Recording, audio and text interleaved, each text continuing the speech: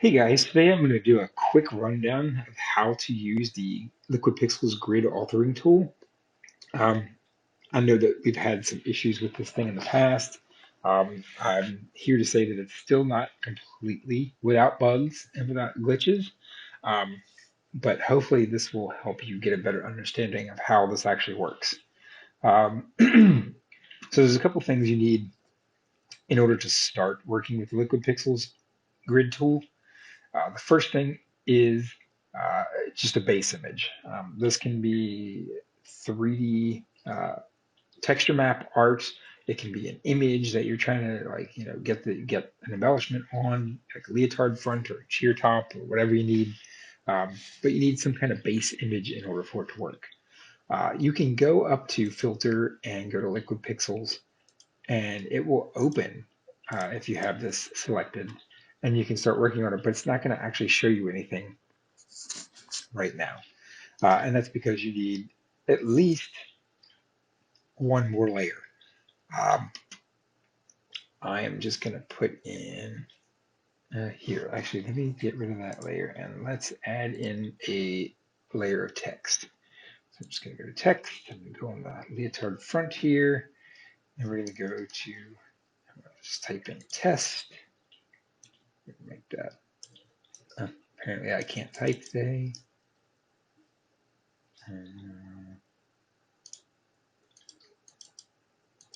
We're going to say test. There we go. I'm going to scale that. You can use your actual dimensions if you want. You can put in a box in here in its place if you'd rather do that. Um, I'm just going to also make this something we can see, like a bright green. um, okay, so essentially we have two layers now. We have a type layer and a base layer. Normally, what you're going to be bringing in here is some kind of image, or at least you can use the text. But if you're going to use any kind of image or something from Illustrator, just try and rasterize it first to make sure it's pixels. Sometimes it works with like smart objects and Illustrator images and that kind of thing, but oftentimes I find that sometimes it just does a little bit better with actual pixel images. Um, so we have a text layer, and we have our base layer. The other thing I'm going to have you do is you want a selection. That basically says to the grid authoring tool, if my artwork gets bigger than this area, crop it out. So say we had a really long word instead of test, cheerleading.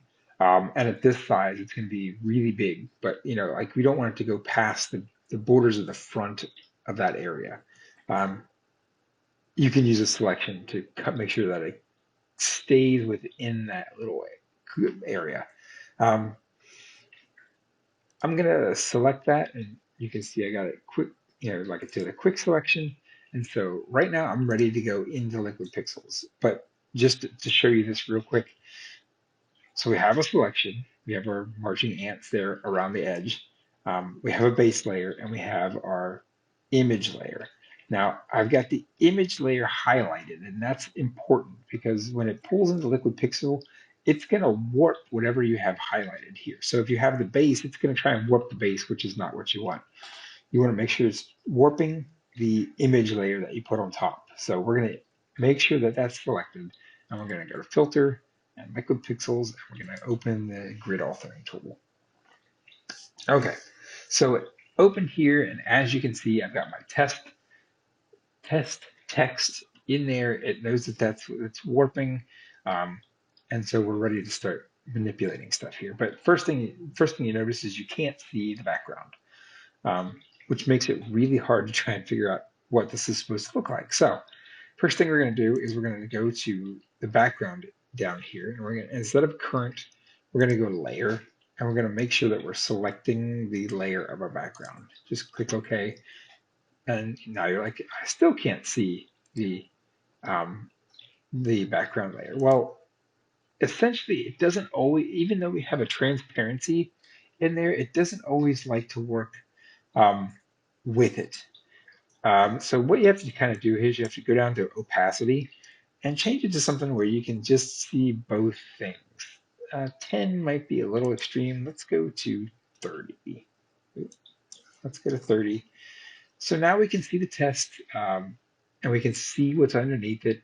And that's kind of what we need to go from here. Um, so then that way you can actually be able to make things and make them fit to the shape of the patterns underneath. The next thing is you want to do your selection. So right now it's set to select all, and you can use that. Basically, it's going to use the entire artboard here for, and it's not going to use the selection, and that's totally fine if you want to do it that way. Like I said before, you're just not going to have those that masking where it's going to cut off if it gets too big, um, and that's fine. But we're going to go ahead and add a um, selection. So you have two options, exterior or interior. So exterior is going to select everything outside of your selection, and interior is going to select everything inside your selection. I usually use interior, and we're going to load from our selection. But just to show you, you have a couple different options here. You can load from an image, which means if you have like a black and white image with your selection in it, you can actually load from that. I used to do that sometimes when it was buggy and it wasn't working for me to select things. I would make an actual image, save it on my desktop, and then when you click image, you select that image, and it will actually pick you that. You can use transparency, but as you can see, it's using the transparency of test of the at that upper layer, um, which is not super helpful.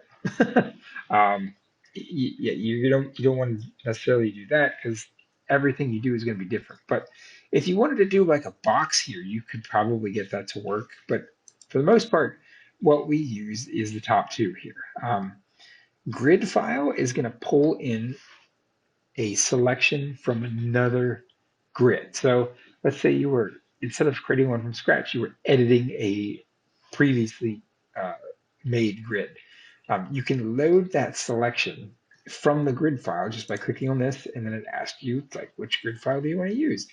Um, and it will pull in the grid, the selection, sorry, from that grid file. You have to load the grid file down here separately, but it'll pull in the selection from a grid file, which means you could load one grid file and pull a selection from another if you needed to do that, which is kind of nice.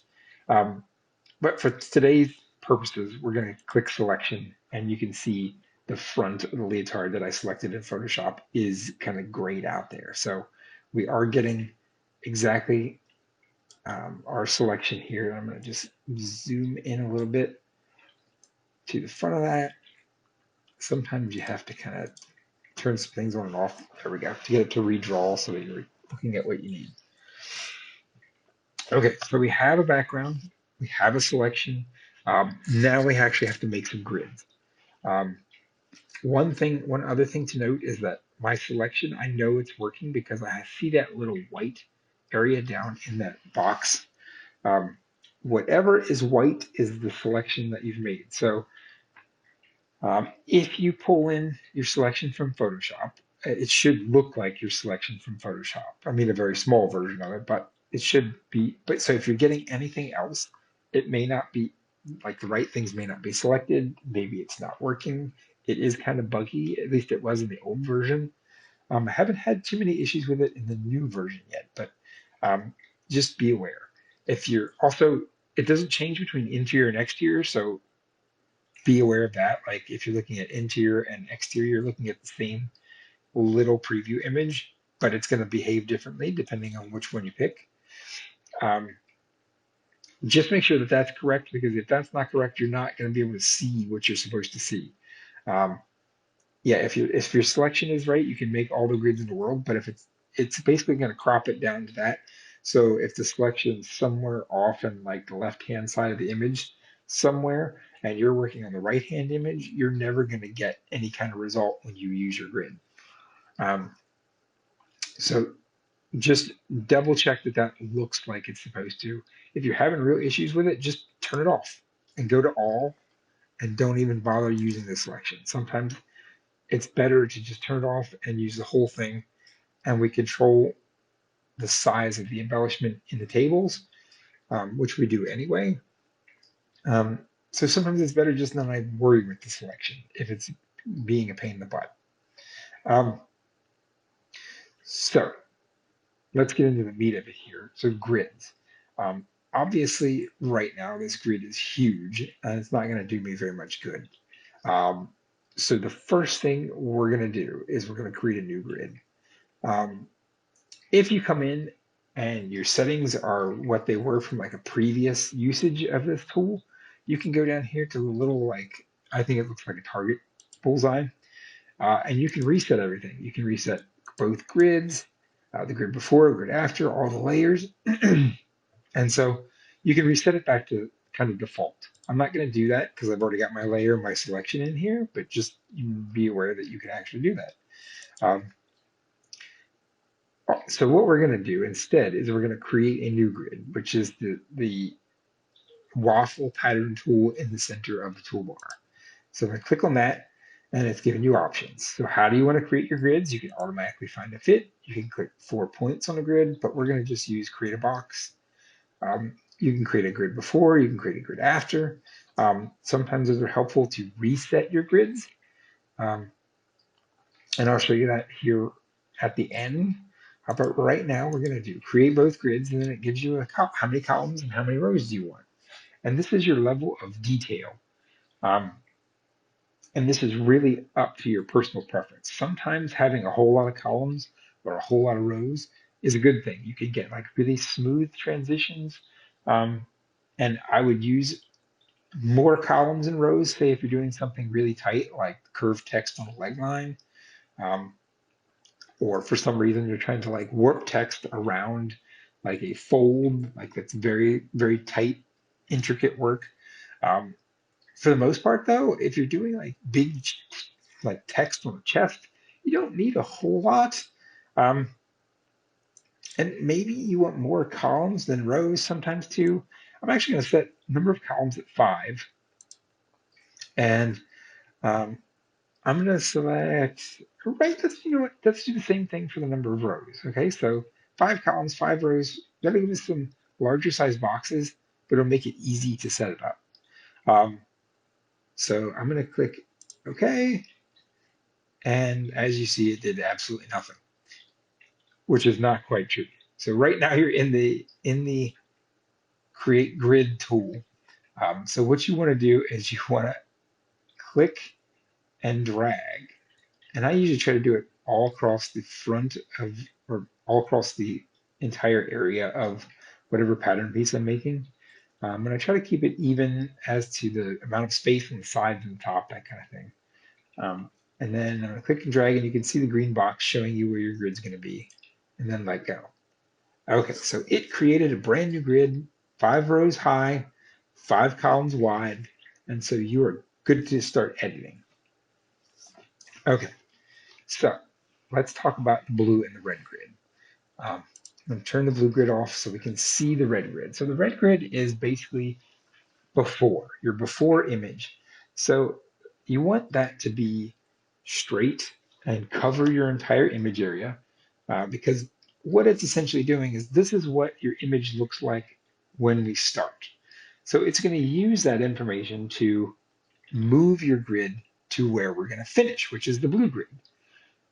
So if you make a red grid that's already warped, then it's going to take and it's going to assume that your image underneath is that way, and it's going to make it harder for you to get a good idea of how to warp it when you do your blue grid. So for that respect, in most cases, I just completely do not touch the red grid at all. In fact, I usually turn it off, and then I click this blue box here to make sure that I'm always editing the blue grid. So the blue grid is your after. So right now it looks exactly the same as the red grid, and that's because we set them to the same thing when it makes the new grids, and so you have a clean, um, same space to work with. Now, as we move these, so let's say I move this point and I move it upwards, like up to here. So what it's essentially doing is it's saying, take that point that was here on the red grid and move it to there. And it translates the rest of the artwork in the box the same way. Um, as you can see, it moved a whole lot of stuff. I think, let's see here.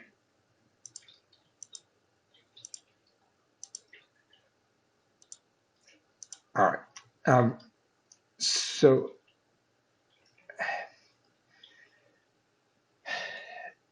here's where having a tight, complicated grid may shoot you in the foot. So right now, I moved that point. It moved everything in that box up to kind of match.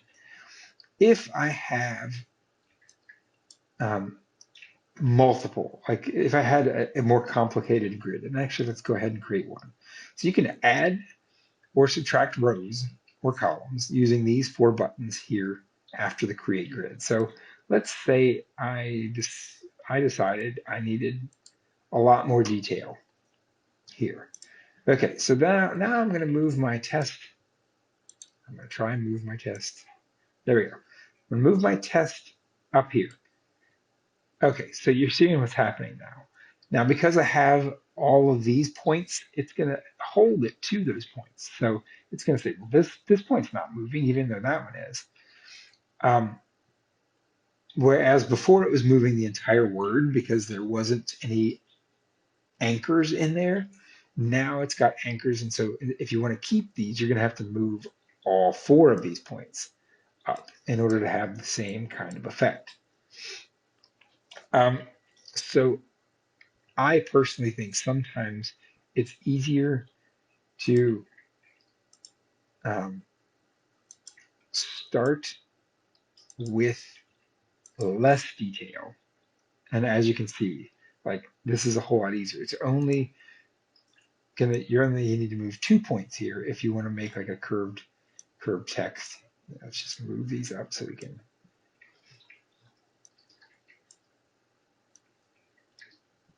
So you only need to move 2 points, the upper and lower point instead of all of those other ones. Now I've moved the whole thing up. You can click and you can drag and you can select things. Also, one of the best things I learned was this right click menu. So when you right click inside the grids thing here, you get this little menu. You may have seen it before, but it has a couple options. Deselect all is one of the options. You can also, if you get your mouse close to a point, you can right click and select a row, which is kind of nice, or you can select a column, which is nice. So you don't have to leave the move tool in order to make some selections if you're selecting like a row or column. Also, if you have the move tool on and you get close to an intersection, you can click that and move that 1 point without having to go back to the selection. I wish there was a shortcut. I don't think there is that. I wish there was a shortcut to the selection window, but of course there is not. So, you know, use your do your best to try and make the tools work for you. I know they're kind of um, subpar in some cases. But okay, so here we go. I manipulated um, my blue grid to warp the text to the shape of leotard front. So I'm essentially done. So what I could do from here at this point is I could go down here to the click to save grids, and you click that, you can save your grid out, and you're done.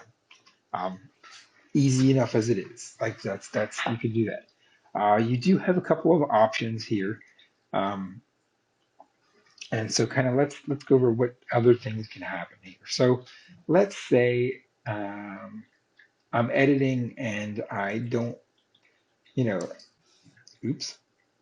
Just so you know, undo does work in here. Control Z. Um, let's say I'm editing and I'm like, I drug all these points out and now they're all over the place. You can straighten them up by clicking on this tool here, align selected points horizontally, and it should move them, but of course it's not doing anything. There we go. You have to click on them. Okay, so that straightens everything out. That's kind of nice. Um, I'm going to undo. And same thing with the vertical ones. If you need to straighten up things, you can use the vertical tool. It will straighten things up like that too. Um, the You can also rotate. So let's say I wanted this test to fit, I don't know, to do something different. You can rotate and you can put in like a degree here. You can flip the vertical, flip the horizontal, but I don't want to do any of that. I'm just going to leave everything alone and click the checkbox. And so it didn't rotate anything. Well, what that does is it just turns on the tool. So now you can visually rotate things. Um, this is helpful sometimes, like I said, down on that curved text on the leg line, or if you're trying to, just move things around and you want to just rotate the whole thing. There you go, you got it. Um, the other tool here is a scale tool. You have to have a selection, and you can scale these. So let's say, you can tweak that down a little bit. I try not to use this one too much just because like you really want to be able to set the scale inside the tables. So let's say let's say you want a 50 pixel by 100 pixel uh, image box.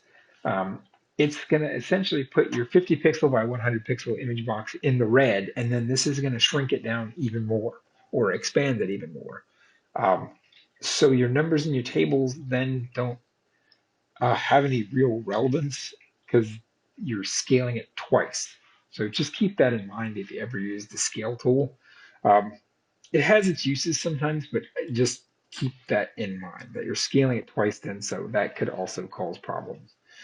Um, so, like I said, so maybe you don't like this at all. You're like, oh, I've been fiddling with this and I can't get it the way I want. I want to just start over. Um, well, you have a couple options. One is you can literally go through and just reset everything and start over. But you've already got your grids, like your box set up. It's a good size. You got your columns in there. Um, so these three buttons here in between the red and the blue uh, will allow you to copy your grid in directions. So right now, the top ones is copy the after grid to the before grid. So if you click that and didn't do anything. So I had no selection maybe? Please select all. Okay, so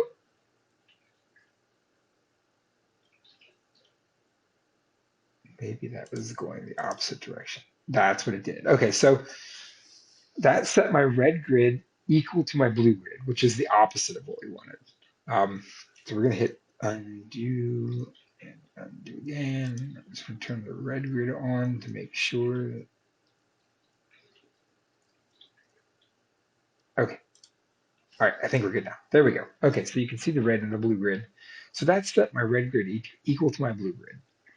That's not generally what you want to do, because like I said, you want to make sure you're not altering your red grid. So the one in the middle is setting the after grid equal to the before grid. So essentially, this is going to reset my blue grid.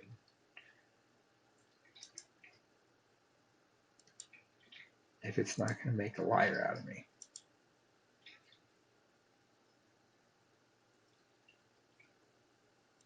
Okay, the equals doesn't appear to be doing anything. So, but I know that the bottom one, which is copying your before grid to your after grid. So essentially, it's resetting just your blue grid. Um, so you can go through and get yourself a new copy of your blue grid. Um, let's say you were playing around and accidentally messed up your red grid. So my red grid is now got this warping and I don't need that. Um, what you can do is you can create yourself a new red grid. Um, so you can click the create grid and then create the before grid. And you want to make sure that it's set to the same number of columns and rows that you had before. And you can just click over your previous box and voila, you can just reset that. And it didn't even change the grid after, um, which is nice. So you have options in there to be able to go ahead and reset things if you mess up. Um, Obviously, you can just undo it if you catch it soon enough, but I've definitely been working before and then realized I've been moving both grids, and I'm half an hour into it, and I just need to reset things back to the beginning. Um, so that's how that works. Um, I've never used this. I'm not really quite sure exactly what it's for, and maybe this is something we'll need to look at later on. But I've definitely had issues sometimes with this grid layer. So you can add layers to your grids, um, and you can essentially, I think it adds like if you had to do complicated things, you could do that. But I think in general, all it's doing is making it absolutely complicated sometimes. And I've seen some that I've pulled up that have had like 2 and 3 layers in here, um, and we don't want that. Um, I'll usually reset the before and after grid, and it resets it back to the factory standard before I start working. Um, and you can, I think if you have more than one grid layer, you can click and it will actually like take them out. So if you see that, if you're having problems and you see that, take everything out except for the first grid layer, um, because we don't want to overcomplicate these things. Like it's bad enough as it is. Um, and then finally, the other kind of thing here, well, there's 2 more things I could show you. So first of all, this little flower down here turns the effects on and off. Um, so if something's not visual, it's a toggle between the before and after. So this is before, this is after. Um, Obviously, it doesn't look all that different because we haven't really done much to or maybe we reset our, that's why we reset our grid before. So we're gonna reset. Here, let's make a new red grid just so we can make sure that we're looking at reset the red grid, which is the before grid. Okay, so there we go. So now we see our effect, and you can go between before and after. Um, there's another tool here that's a smooth tool. Um, and like I said before, like sometimes it's easier to edit things when you have less boxes. Um, but then maybe you're not liking how jagged this is, and you're like, I wish I've had a little bit more like smoothness to it. Um, Here's where you can automatically do that. So if you turn on smooth, sometimes this takes a few minutes. Oh, good. It worked really quickly that time. Um, Essentially what it's going to do is and I'm going to double click the subgrid just so we can see it. Um, what it's doing, and you can see it added all these extra boxes in there, is it's literally subdividing, like in Illustrator, or sorry, Blender, when you click subdivide, it's making smaller boxes that go in between uh, your bigger boxes so that you have finer control over how it's warping your stuff. Uh, Truthfully, I don't like using it. As you can see, it makes the whole thing run really slowly. Um, it adds a whole lot of complexity to your grid. And honestly, I feel like if you need more control, so let's say we didn't like the way that it's so boxy and it's warping, I think the best way to fix that then, come on, there we go. Best way to fix that then is to actually add a column or a row. So once you get it to where you need it, um, you can add in your own control points and then you can smooth it out. So see, just by doing that, I've only added 2 lines and it's a lot smoother. Let's add in one in the center and we can move that point up. So I feel like this is a much nicer way of adjusting it so that you get like a good grid. Um, Start with just a few boxes and add on complexity where you need it. Then that way you're not creating these super complex things that are bogging your computer down and you're dragging things around and you're messing stuff up. And this is just an easier way to work, I think. And literally that's it. You would click it, save it. You could bring in a grid in from like a previously used one with this tool. This is just it's a previous grid tool. I'm not exactly sure. I guess if you've got previous grids already in there, maybe it will load it, but I've never gotten it to quite work the way I expected it to. Um, and hopefully that's it.